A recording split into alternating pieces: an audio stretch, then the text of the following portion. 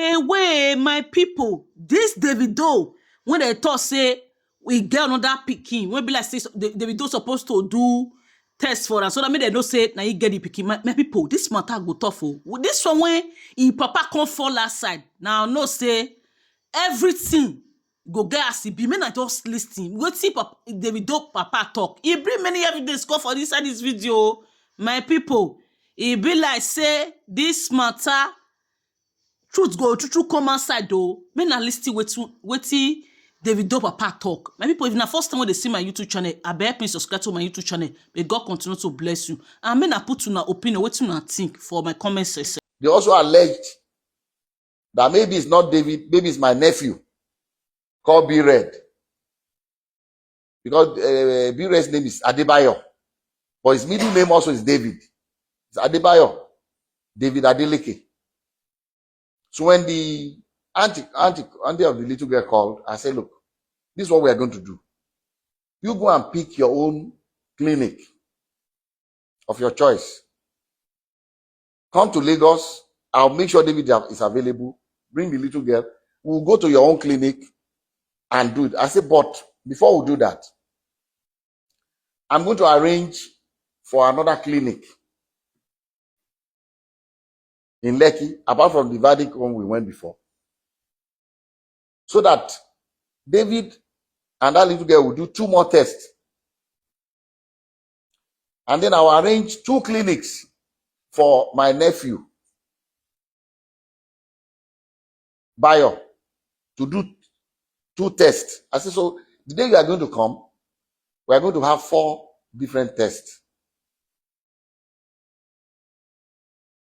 So that was why people, you must have heard that we've done about 5 DNA tests.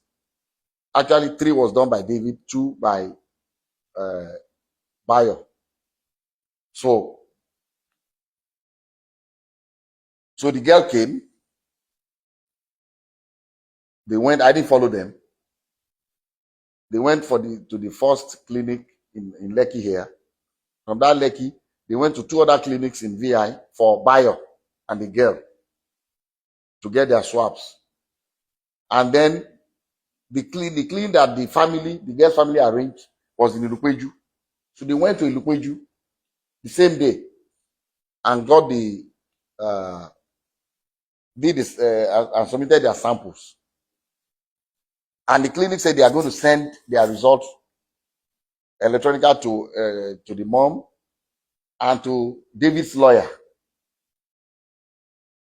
A copy to them, a copy to us. So when the result came, the grandmother still said the same thing, that, oh, no. He's going to give them money to bribe them to manipulate the result. How can this one not be?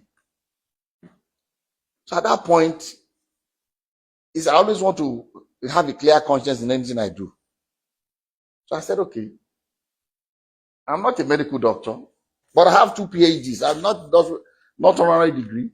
I earned it. So I went to school. Let me go and read this and compare the profiles. So what I did was, my granddaughter Emade,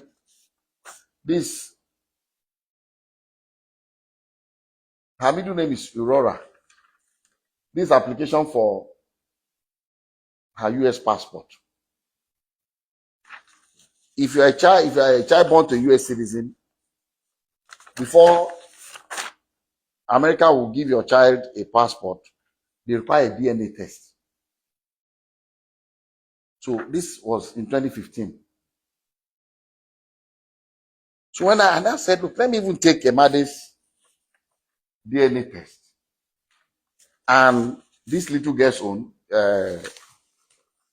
Anu, and compare David's DNA profile, see if it's the same. Since they are alleging that something must have gone wrong. So I took the 2, which I'm going to show you now, and I checked the profile exactly the same. Emade's own says 99.999% that David is the father of Emade. This one says 0.00%. The same clinic. The same clinic. So I called the auntie in Ibadan. I said, look, you are a graduate. He said, yes. I said, look, the only reason I'm talking to you is because you are a very nice person. You are young and kind at your age. Because she told me she's been paying the school fees of Anu. She's been taking care of her with her little income. I said, if you at this age, taking care of your mom, your sister, and your niece, you must have a very kind heart. And God will bless you. I said, but please, what did you study? She said she studied science. I said, since you're a scientist, please take the 2 DNA results. You have it. Check your niece's DNA profile on the 2 different results. See if they are the same. Check David's own from the 2 different labs and see if they are the same. And I told her, I've already checked. This was in 2020. I said, I've already checked the one David did with for the US passport with Imade, and I've seen that the profile is exactly the same. So she called me back to say she has already checked. That, sir, she's not asking me, she needs my help, but she's not asking me for help for the little girl as a family member. And she knows that I help a lot of people to go to school. I have a foundation called the Springtime Foundation. At any point in time, we don't make any noise about it. But at any point in time, I have about 3,000 students in universities in Nigeria that I send to school. At any point, as we speak today, I have at least 3,000 students going to school under my scholarship. So I said, okay, what do you want me to do? She said, I cannot afford to continue to pay for her. If you can help me out. I said, look, fine. How much is her school fees? She told me. I sent her way more, a little more than that, because she needed to buy computer and things. I sent the money to her. Like I said, this auntie, I've never met her before. We've been talking on the phone. I've never met her in person. But like I said, very responsible, very kind, very nice, and I was impressed, with her. Even though even till now I've not met her. So I said, look, I'll be sending you X amount of money every month for Anu's upkeep. I did not even discuss with, because I told her, I said, the day they went to Ilukweju, David called me after they left, said, Daddy, I feel sorry for that little girl. She needs to know her. Can we help the girl? I said, yes. But let them ask for it. If they don't need our help, we can't just rush to say. So when the girl came, I said, even David has told me that we can help this little girl. So after about 2 or 3 months, I called the girl's aunt in Abuja. I said, look, helping your niece is fine, but it will be better. You are a graduate, and just 2 of you in your family from your mom. Why didn't your sister go to school? She said, well, she dropped out, she was pregnant. Does she still want to go to school?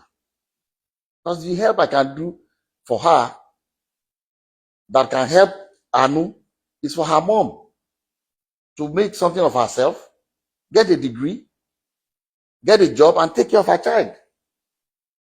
She said, sir, if you can do that, I'll be very happy. I'll do it. I have a school at Adeleke University. If she's willing to come, I will enroll her in the school. We have a program for mature, we call them mature students, people that are already married before coming to, they do a work study program where they earn 50,000 every month from the school while they are in school. I say, I'm going to enroll her in that program. Although she'll be in the dormitory, these other ones live outside campus because they are married. But I will allow her to be in the dormitory, be in that work study program, and earn 50,000 a month for herself. While this is her school record. So she came to Adeleke University. We didn't announce it to anybody. While the Olu lawyer was every year abusing us, the girl was in our school. I didn't say anything to anybody. I just told, they just ignore her. This is her school. I cannot show you her school record because it would be illegal to show you hers. But until she left, she did 100 level, she did 200 level. She had good grades. She was studying English. This is the mother of the child at Adeleke University. But I'll show you her scholarship and admission.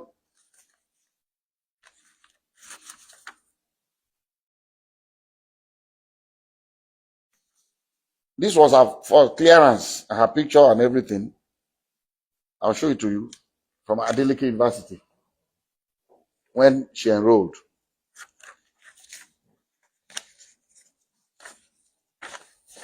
This was from Springtime Development Foundation letter of scholarship award.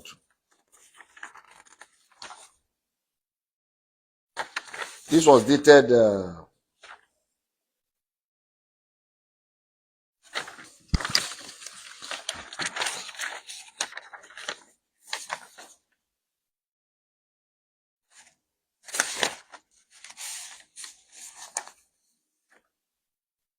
this was dated 18 January 2021. Labinjo Grace Ayomide is what is wrote here. Maybe okay. They wrote Ayomide, but it's Ayotomide Grace. This her school record.